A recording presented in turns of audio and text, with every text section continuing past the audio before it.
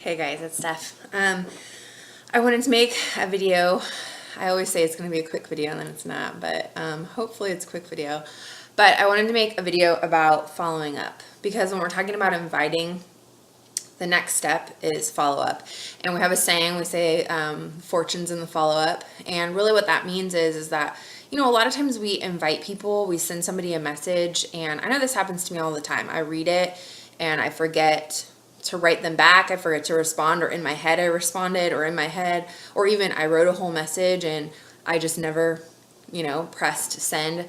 And I know at first, when I first started this, it made me real nervous. I thought, oh gosh, I invited somebody, or we've been talking and we have been sharing this information, or maybe it got to the point where like we had to talk about the price, or whatever, and then they never responded and they never got back to me, and it made me feel really insecure about what I was doing. And so when we talk about following up, for me, that is where like a lot of fear, would come in. And so you really have to just push past that.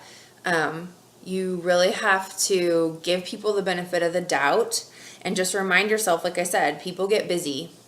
I get busy. You get busy. Sometimes people just need to think about it. For me, I know that when I was talking to Kristen and she invited me, we kind of got down to the nitty gritty of like price and all that was included and what that meant. Where before her and I had been talking back and forth.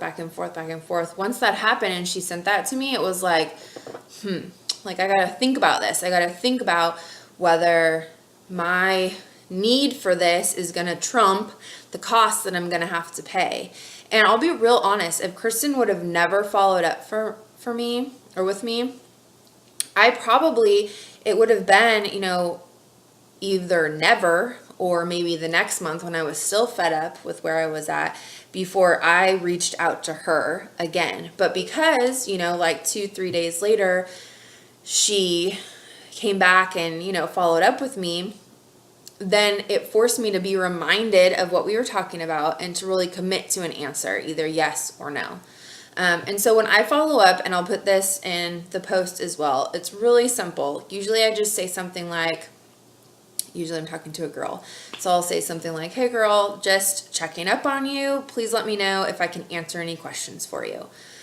It makes it real simple, real easy. And I would say 9 times out of 10, people will respond. People will come back and say, whatever, a million different things. No, I don't have any questions. I'm set to go. Send me instructions. Or, I have this question about Shakeology, or, I don't know about this program, or how does this work, or how does the meal plan work, or, I don't know if I'm going to do it this month, or, there's a ton of different things. But the point is that you're saying something quick.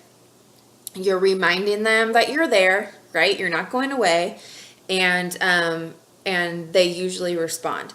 Now, if I say something like that and they don't get back to me, and usually I respond 2 days later. So for example, if I invite somebody on a Monday and I don't hear back from them, or let's say we're sharing information back and forth and I'm not hearing back from them, then I always go 2 days later. So then on a Wednesday, I would send that, hey girl, just checking on you.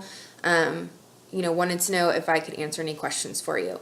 Then I go 3 days later. So if I still don't hear anything from them after that, let's say that was that Wednesday, then on Saturday, I'll send a message, and it usually sounds exactly the same.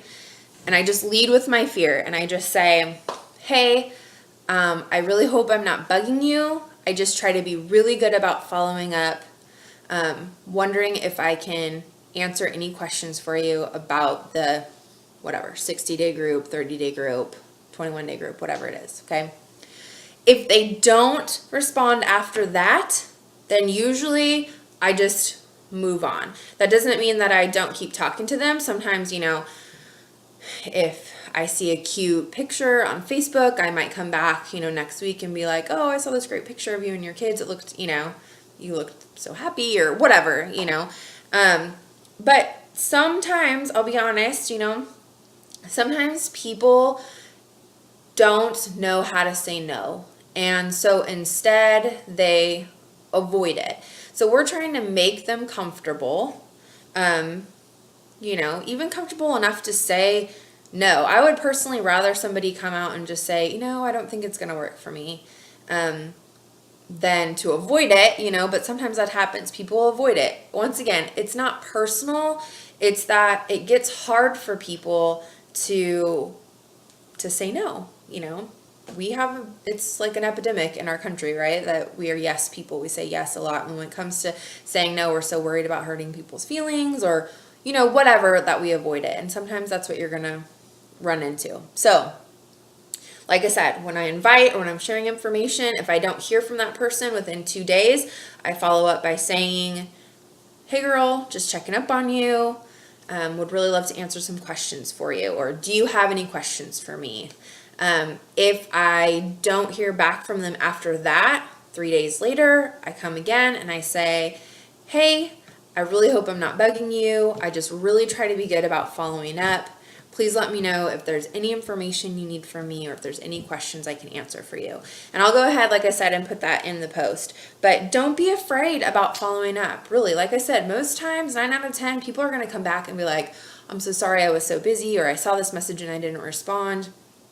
And to be honest, people should respond. I mean, not to be like jerky about it, but I know for me, sometimes I want to hide behind my computer too, or I want to hide behind my phone. I got a message the other day from somebody who is trying to spray our house down, for bugs or whatever, like a bug guy that came. And I just said, oh, I have to talk to my husband about it, because I didn't want to make a decision right then. And he has emailed me and texted me now, and I just need to text him back and just say, you know what, no, we're not going to go through with it, So there's nothing wrong with following up with somebody and getting them to either say yes or say no. You don't need to feel bad about that. We don't want to bother people, but at the same time, if you've been sharing information or whatever, it's fine to follow up. So I'll put it in the post, but I just wanted to, especially right now, like our 30-day group is going to start on the 25th. That's next Monday. So if we're trying to get people in there, we really need them to commit to, today, tomorrow, or sometime soon, so that they get their products by the time that group starts.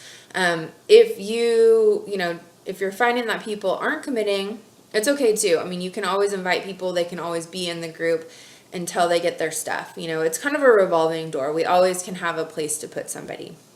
So, invite, follow up, and I'll talk to you guys soon. Okay? All right. Bye, team.